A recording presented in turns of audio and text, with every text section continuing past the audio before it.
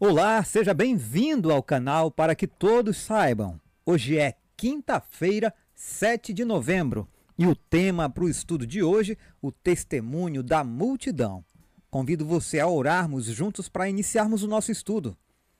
Querido Deus, louvado seja o teu nome, Senhor, por cada pessoa que atendeu ao convite do Espírito Santo para estudar a tua palavra aqui conosco. Muito obrigado. Usa-nos, capacita-nos para compreendermos as verdades profundas da tua palavra, aceitá-las e vivê-las, Senhor. Em nome de Jesus. Amém. Eu quero mandar um abraço aqui para a irmã Silvana Franco e ela pede também um alô para todo o pessoal do Mutuquinha. Estão todos ouvindo a lição. Um abraço então para a turma do Mutuquinha. E a irmã Jandira Cazon, ela tem uma dúvida.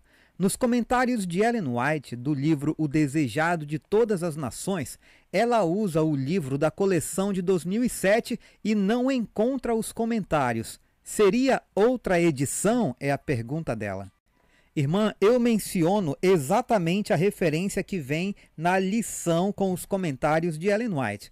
Pesquisando aqui o site do EGW, a referência que eles mencionam aqui é Desejado de Todas as Nações, página 314. Eu acredito então que por uma questão de diferença das edições em que o livro foi publicado, deve dar sim essa diferença no número da página, tudo bem? Não querendo dizer que a sua pergunta não tem fundamento, é claro que tem. É importante, de fato, nós como estudantes da Palavra de Deus, pesquisarmos se as referências dadas aqui estão batendo com os originais. Então eu quero apenas destacar, irmã, que o mais importante é a mensagem em si, o que a mensagem quer trazer. As páginas elas podem variar, mas isso não altera o teor e o peso, a importância que a mensagem em si tem que Deus tem para trazer para nós, tudo bem? Vamos então ao texto da lição. Se alguém tem sede, venha a mim e beba. Quem crer em mim, como diz a Escritura, do seu interior fluirão rios de água viva. João 7, versos 37 e 38. João registra várias vezes em que Jesus fez declarações ousadas sobre si mesmo, sobre quem ele é e o que ele veio fazer. O texto de João 7, 37 e 38 é outro exemplo do que Jesus afirmou sobre si mesmo e sobre o que faria a todos que fossem até ele. Essas também foram reivindicações impressionantes. A lição agora traz a seguinte pergunta. Quando Jesus falou aos discípulos que participavam da festa dos tabernáculos, qual foi a resposta de muitos na multidão? Vamos ler João, capítulo 7, versos 37 ao 53. No último dia, o grande dia da festa, Jesus se levantou e disse em voz alta: Se alguém tem sede, venha a mim e beba.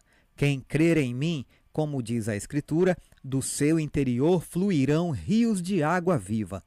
Isso ele disse a respeito do Espírito que os que nele crescem haviam de receber, pois o Espírito até aquele momento não tinha sido dado, porque Jesus ainda não havia sido glorificado. Quando ouviram essas palavras, alguns do meio do povo diziam: Este é verdadeiramente o profeta. Outros diziam: Ele é o Cristo. Outros, porém, perguntavam: Por acaso o Cristo virá da Galileia? Não diz a Escritura que o Cristo vem da descendência de Davi e da aldeia de Belém, de onde era Davi? Assim houve uma divisão entre o povo por causa dele. Alguns queriam prendê-lo, mas ninguém lhe pôs as mãos. Os guardas voltaram à presença dos principais sacerdotes e fariseus, e estes lhes perguntaram: Por que vocês não o trouxeram? Eles responderam: Jamais alguém falou como este homem. Os fariseus disseram aos guardas: Será que vocês também foram enganados? Por acaso alguma das autoridades ou alguns dos fariseus creu nele? Mas esse povo que nada sabe da lei é maldito. Nicodemos, um deles, que antes tinha ido conversar com Jesus, perguntou-lhes: Será que a nossa lei condena um homem sem primeiro ouvi-lo e sem saber o que ele fez? Eles responderam: Por acaso também você é da Galileia? Examine e verá que da Galileia não se levanta profeta. E cada um foi para a sua casa. Retornando ao texto da lição, alguns disseram que Jesus era o profeta que Moisés predisse. Outros pensavam que ele fosse o Cristo. Mas isso levantou o argumento de que o Messias não viria da Galileia, pois ele seria descendente de Davi e nasceria em Belém. Tudo isso era verdade sobre Jesus, embora muitos não soubessem. Até mesmo os guardas enviados para prender Jesus ficaram impressionados com a eloquência de suas palavras. Os fariseus responderam aos guardas com outra pergunta: Por acaso algumas das autoridades ou alguém dos fariseus creu nele? A pergunta dos fariseus deu a João a oportunidade de mencionar novamente Nicodemos, que depois de ter se encontrado com Jesus, tentava protegê-lo das maquinações dos líderes religiosos. Será que a nossa lei condena um homem sem primeiro ouvi-lo e sem saber o que ele fez? Será que Nicodemos já aceitava Jesus como o Messias? Embora essa cena não prove que ele já aceitasse, a Bíblia dá evidências sólidas de que Nicodemos passou a crer nele entre esse momento e o que ocorreu depois da morte de Jesus. Assim, a resposta àquela pergunta dos fariseus era: sim, um dos fariseus acreditava nele. Vamos ler João, capítulo 7, verso 49 e responder a seguinte pergunta: O que os líderes diziam que mostrava o desprezo deles pelas multidões que seguiam Jesus? E que lições podemos tirar desse fato? Vamos à passagem bíblica. Mas esse povo que nada sabe da lei é maldito. Deixe a sua opinião nos comentários e vamos agora aos comentários de Ellen White. A emanação da água da rocha do deserto foi celebrada pelos israelitas depois de seu estabelecimento em Canaã, como demonstrações de grande alegria. No tempo de Cristo, essa celebração se tornara uma cerimônia muito impressionante. Ocorria por ocasião da festa dos tabernáculos, quando gente de todo o país se congregava em Jerusalém. Em cada um dos 7 dias da festa, os sacerdotes saíam com música e com o coral de levitas para tirar água da fonte de Siloé, usando um vaso de ouro.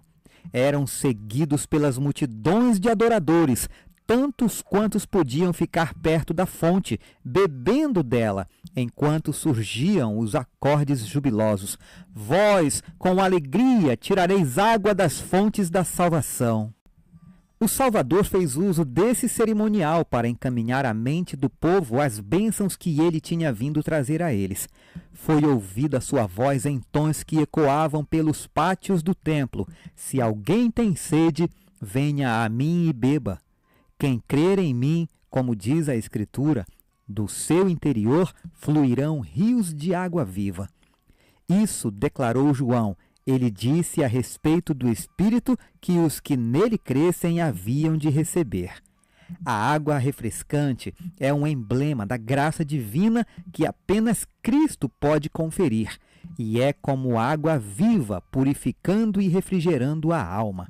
Patriarcas e Profetas, página 356, 357. Aquele em quem Cristo habita tem dentro de si uma fonte incessante de graça e força.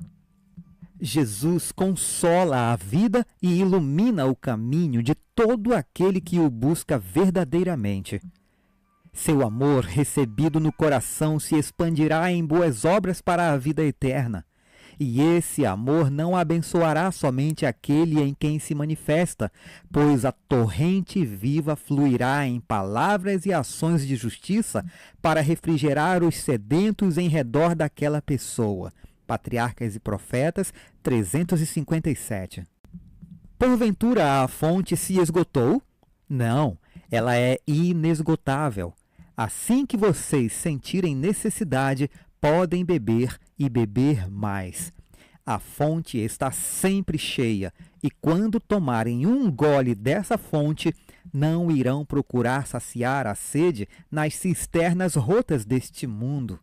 Não irão procurar um modo de encontrar mais prazer, divertimento, riso e passatempo. Não, pois estarão bebendo da fonte que alegra a cidade de Deus.